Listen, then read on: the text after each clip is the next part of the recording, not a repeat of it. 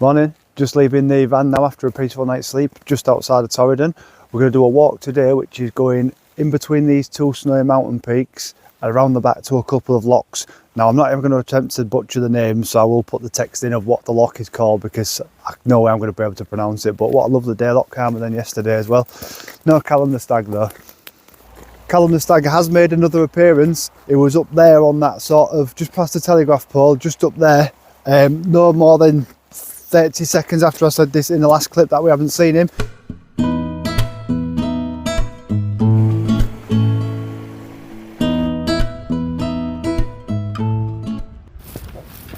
Making our way up this well-defined path now, as you'll see behind me.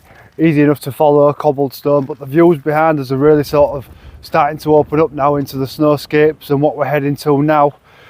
These big mountains here. It's a beautiful, beautiful area.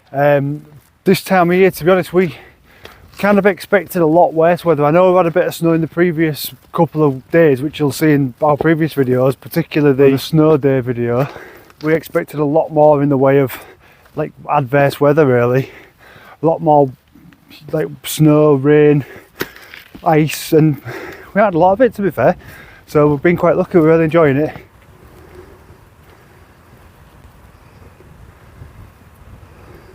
We've unintentionally really stumbled across the NC500 route, picking it up from where we were yesterday at the bottom end of Loch Marie to now Torridon. Once we're past Torridon, it seems a shame to really skip that part of the NC500 which goes alongside the coast, and it contains the notorious Applecross paths, so that should be interesting.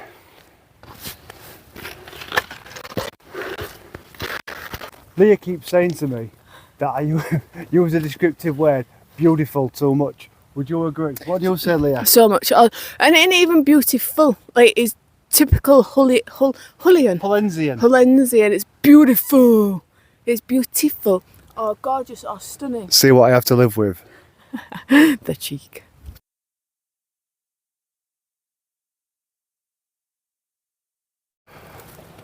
Chuffing.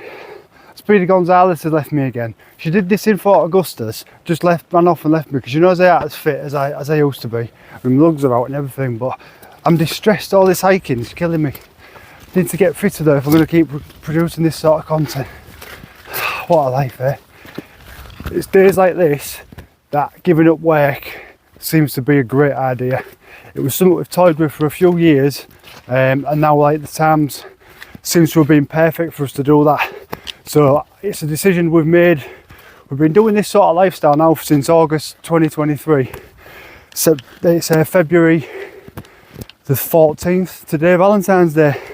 So yeah, it's been worth it. The one issue we've got is working. We're toying with, do we get bar jobs just to keep a little bit of funding coming? Do we try and get a job abroad during our Schengen days?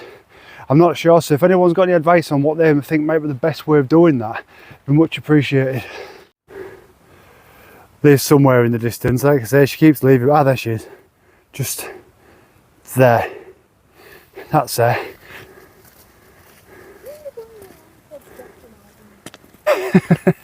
Leah's just come up with a name for today's video.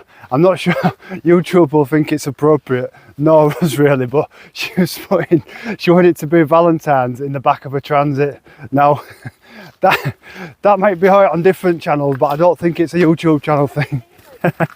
She's denying it all now.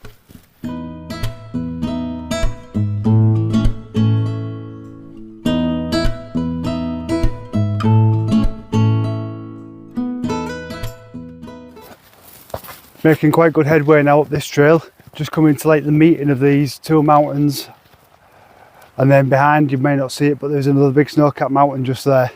So we're going to carry on. Got another mile or two to get to these locks. Don't advocate stupidity on this channel, but Leah's going to attempt to climb that, so this is more for the insurers than anything. Going well so far. You certainly know Alex Honnold. I'm just thinking if I get up or do I get down? Well, that's part of climbing, isn't it? This is I mean, as you can see, it's a massive mountain peak she's climbing, all 6 foot of it. You see, if you didn't see that, that's a middle finger on Valentine's of all days. Get up it, I just want to get down. No? Full of pancakes? No, we're not. Not Yeah. after yesterday's palaver. Pancake day turned out to be a bit of a disaster. I'll put an image in just to show you how well it went. Yeah, it did not go well, and I'm not going to bring it up. But now you're taking the Michael out and stuck up my rock, and you won't help me down. You're stuck there now? I'm not stuck. I'm not stuck, but I feel like it'd be easier Right. if I had an open it. I'm just going to show the viewers what you're stuck on. I've only got a little leg. See, ladies and gentlemen, this is Leah's bag, which we'll say is about 2 foot tall. That is Leah's bag, which is about 2 foot tall, and her bottom leg is probably on the same height. I mean, she's got herself in a bit of a situation, but yeah. Alex Arnold, she's coming for you. Let's see how this works, since she was taking the mick out of me. It's bigger from this side. It's easier from this side. Well, I'm 6 foot. It must be at least 9 foot. Easy, you can walk up that. Michael Jackson moonwalks on a My feet are wet. What? My feet are wet.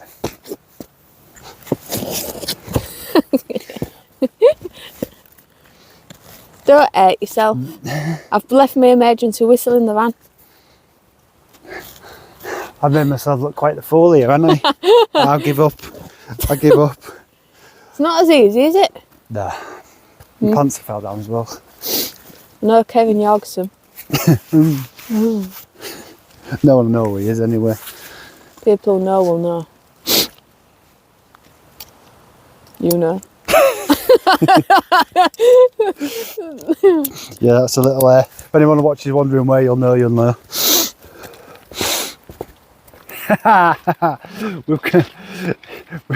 We've come to a ford crossing. Anybody who's watched any of our previous videos will probably know this isn't Leah's strong point at crossing fords. I mean, there's a bit of water and it's very shallow, but that's the views we get at the other side, so that's the reward.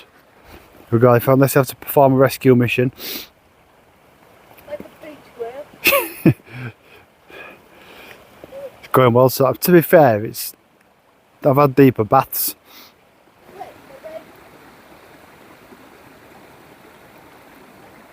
She's frozen. She's frozen. Do you want some help? I'll come and help you. Do you need some help, really? It wobbles. Right, I'm coming along. Was it slippery? She's done it. Good.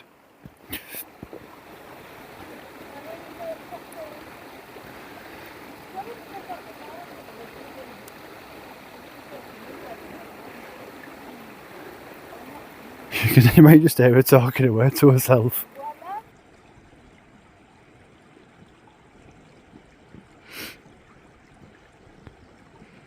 He always takes the mick out of me doing this. Look at him. Cocky. I hope he slips. Easy. Speed crossing. What a no, I stopped myself. I'm starting to gain a bit of height now. You can see a bit close to the snow line. There's a little light body of water next to me there, which is heavily frozen. Down jackets are on now because it's got a lot colder.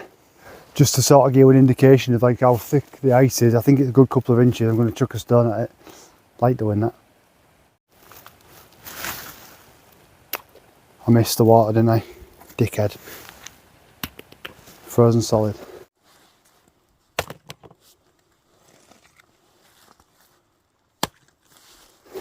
Leah's just wandered off ahead of me now over this little crest. You can see the views which are coming in now.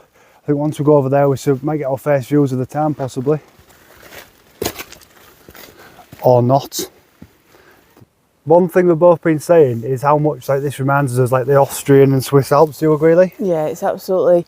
It does feel like you're in Austria, but it's nicer because you kind of feel. For all you can get like a lot of cable cars and gondolas and stuff up into the valleys near the mountains, you never feel like like you've achieved it, if that Yeah, makes sense. yeah. Like now you've got yourself up here, and if you wanted to, I'm still sort of scouting out paths to see if there's anywhere up that might be a smidge above our pay grade, but it's at least if we wanted to, and if we did see a relatively good path, we can get ourselves to the summit of these, whereas 9 times out of 10 in Austria you're just relying on, at our level anyway, you're relying on a pigtail on cable cars to get you up, but it feels absolutely amazing. And we haven't seen a soul all day. Well, we saw a deer, stag.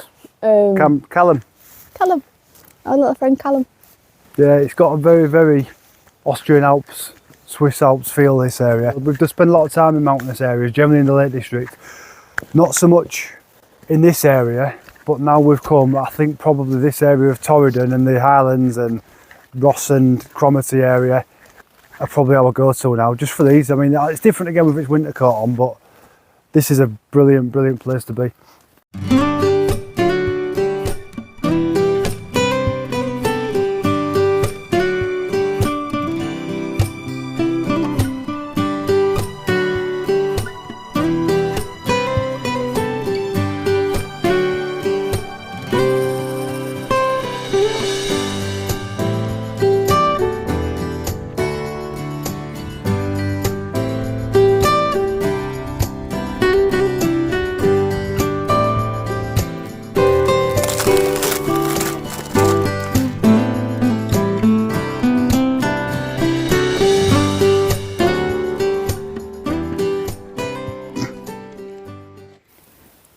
We're at about the halfway point now of our walk, sort of the third lock of the walk. We've got one more and then we're going to start turning back. It's been about 4 miles so far to this point, but it's starting to get a lot more frozen, as you'll see by this lock down here.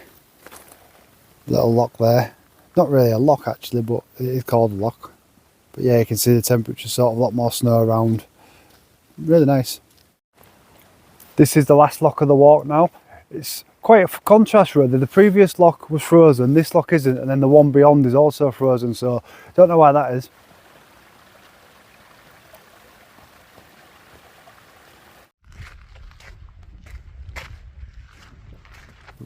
We're leaving the town of Torridon now. We've just come up to a little lay-by place called Loch Torridon Viewpoint. You can see it's pretty spectacular. This is part of the NC500 route, which we'd seen, I bet they stumbled across, but we've decided that we are going to do it, especially this side until we get to the Isle of Skye now. Applecross Pass is maybe getting started today, it may be tomorrow. We're just going to see, because it's like 2 o'clock now, so we're going to try and find a park up, but the views here are just unbelievable. I'll spin you around.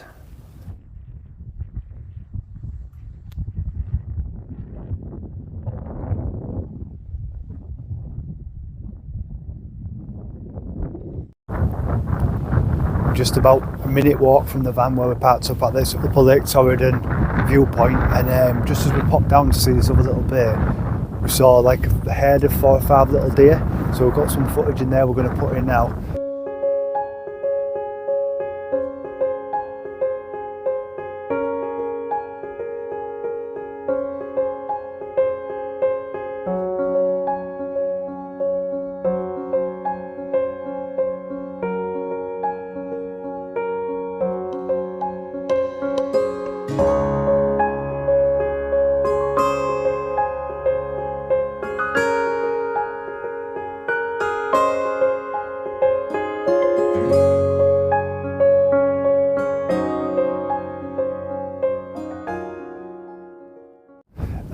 But yeah, that was a really special thing. We must have been 10 foot away from them, so we've got some pictures and some images we're going to, and some videos.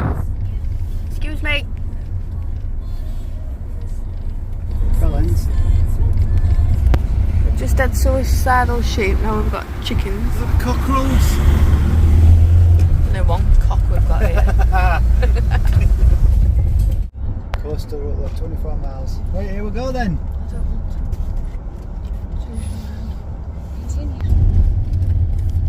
Well, this is the start of things to come. Hey, Applecross Pass, part of the NC500. It's a notorious road apparently. I think it's one of Britain's worst up there, like alongside like Ardknock Pass. Oh, brilliant. Didn't tell me that a minute ago. As far as I know, we've got 7 miles to go to a potential camp spot tonight. If not, well, we're on it now anyway, so we're doing the full pass until we get back to the next village.